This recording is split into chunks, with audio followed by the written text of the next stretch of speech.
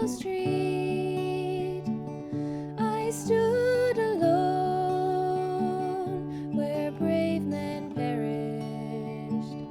Those men have gone their God to meet. Here we are in Cork City in 2016, the centenary celebration of the 1916 Rising. We are about to test people's knowledge on true or false questions about the 1916 Rising. The War of Independence took place in 1916. True? I would say false. False. I'm gonna guess true. False. Actually false.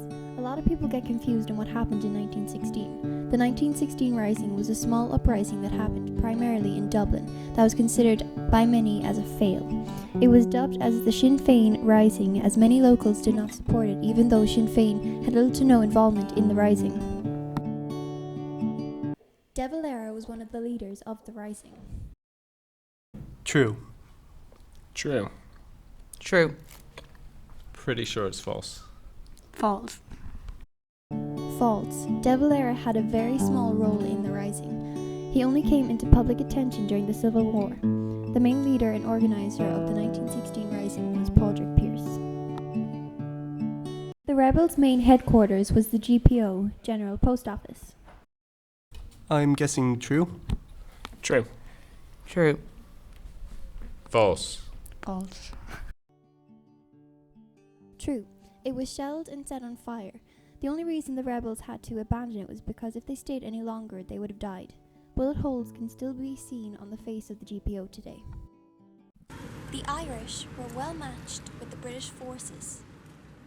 False. False. False. False. False. False. The British had forces up to 19,000 while the rebels only had 1,600 volunteers.